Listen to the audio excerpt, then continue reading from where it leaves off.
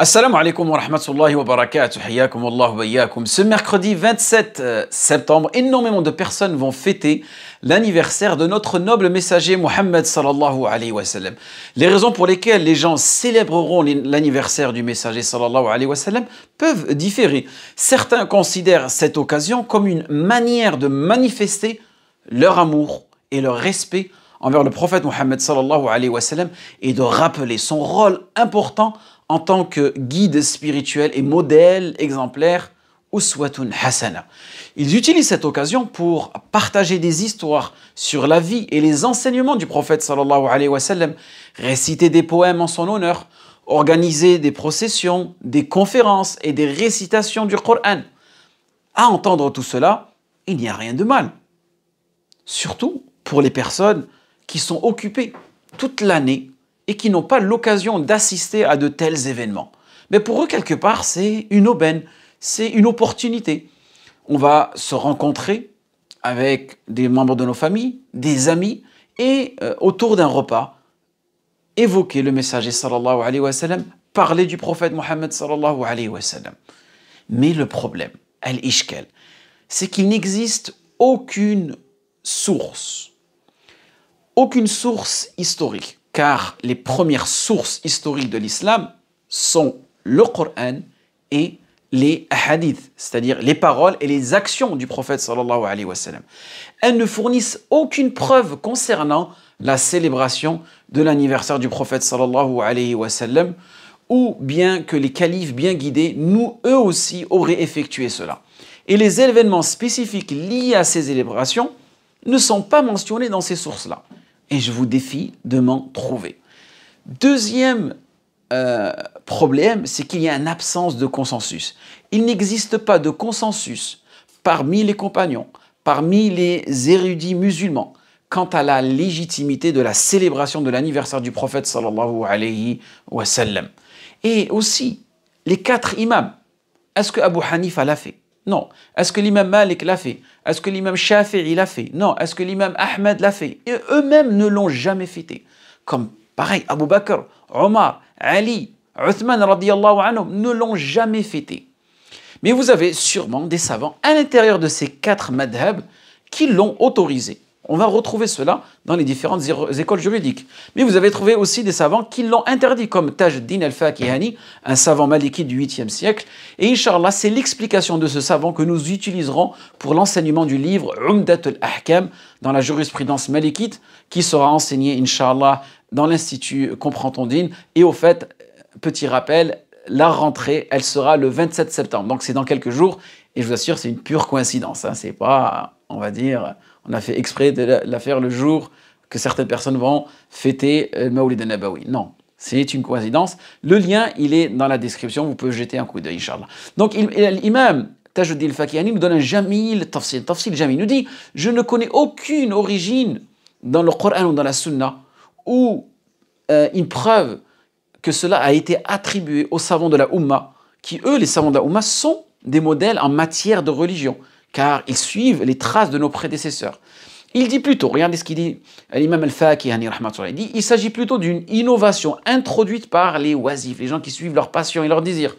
La preuve est que lorsque nous analysons selon les 5 règles juridiques, nous disons quoi? Soit c'est obligatoire, soit c'est recommandé, soit c'est permis, soit c'est déconseillé, soit c'est interdit. Cependant, il dit, cela n'est pas considéré comme obligatoire par consensus, ni recommandé. Car vous savez, la réalité de la recommandation est que la charia demande sans désapprobation pour l'abandonner. C'est-à-dire un acte, si on l'abandonne, on n'aura commis aucun péché. Il dit, et la charia ne le permet pas.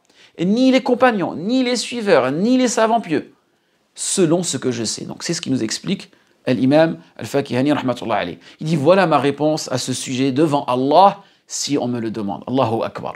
Et il nous dit, il n'est pas permis que cela aussi soit considéré comme permis. D'accord? Troisième jugement juridique, qui est la permission à l'ibaha. Car il dit, car l'innovation dans la religion n'est pas permise selon le consensus des musulmans. Et il dit, par conséquent, la seule possibilité restante est qu'elle soit déconseillée ou interdite. Donc le fait de pratiquer Mawlid al-Nabawi, c'est soit déconseillé, soit interdit. Dans ce cas, la discussion à ce sujet se divise en deux catégories. Et la distinction se fait entre deux états. Il va nous donner deux exemples, deux situations. Il dit le premier est lorsque quelqu'un le pratique avec sa propre richesse, avec ses propres moyens, pour sa propre famille, ses compagnons et ses enfants, sans aller au-delà d'une réunion pour un repas et sans commettre de péché.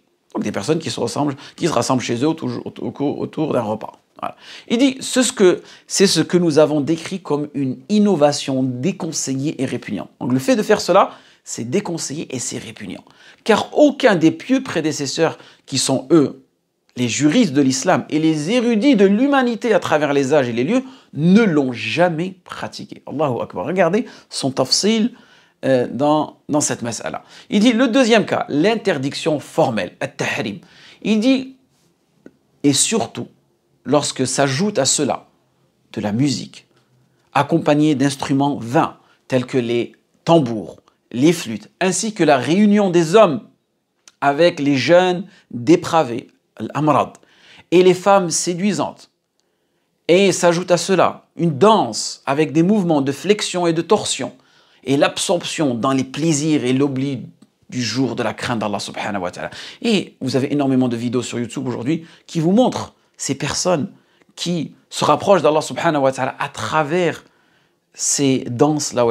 Il dit de même lorsque les femmes se réunissent en se distinguant, en élevant leur voix avec des chants, en sortant de ce qui est recommandé et habituel en matière de récitation et de rappel, et en ignorant la parole d'Allah subhanahu wa ta'ala, Inna rabbaka labil mirsad. Certes, ton Seigneur est attentif. Il dit ce qui est interdit dans ces pratiques est indiscutable. Aucune personne ne peut le remettre en question. Et les jeunes vertueux ne les apprécient pas, même parmi les muslihin. Il dit ceux qui les considèrent comme des actes d'adoration sont des amortes. C'est ça le problème aujourd'hui, c'est que les gens prennent cela comme un chemin de ibada. Ce sont des âmes mortes, dépourvues de piété et noyées dans les péchés.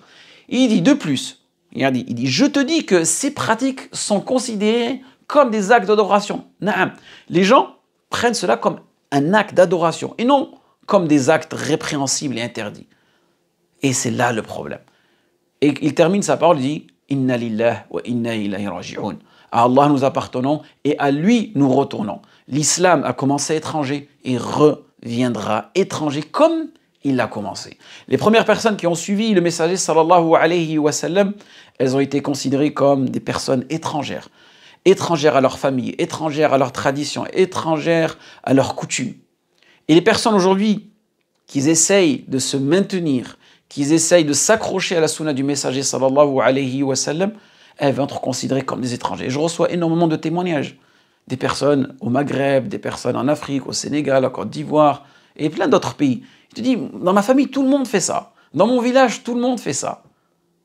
Comment est-ce que je pourrais leur interdire ou leur réprimander cet acte-là?